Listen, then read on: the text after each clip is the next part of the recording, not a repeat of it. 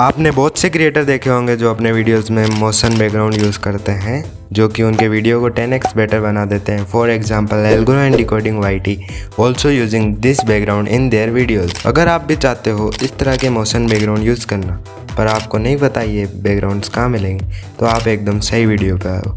बहुत से बड़े क्रिएटर हैं जो इन बैकग्राउंड्स को सेल करते हैं पर मैं आपके लिए फ्री में मोशन बैकग्राउंड्स लाया हूँ जिसमें 100+ मोशन बैकग्राउंड है और उसके साथ 100+ साउंड इफेक्ट्स भी दे रहा हूँ जैसे click, वूस, popup, notification, typing.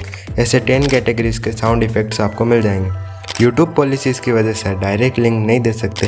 Description में इंस्टाग्राम चैनल का लिंक है तो आप सिंपली उस पर जाके हमें डीएम करो मोशन बैकग्राउंड और आपके पास ये सारी चीज़ें आ जाएगी। और इसके अलावा आपको कोई भी बैकग्राउंड या साउंड इफेक्ट चाहिए तो मैं अपने डिस्क्रिप्शन में कुछ चैनल के लिंक भी डाल दूंगा जिस पे जाकर आप रॉयल फ्री बैकग्राउंड डाउनलोड कर सकते हैं।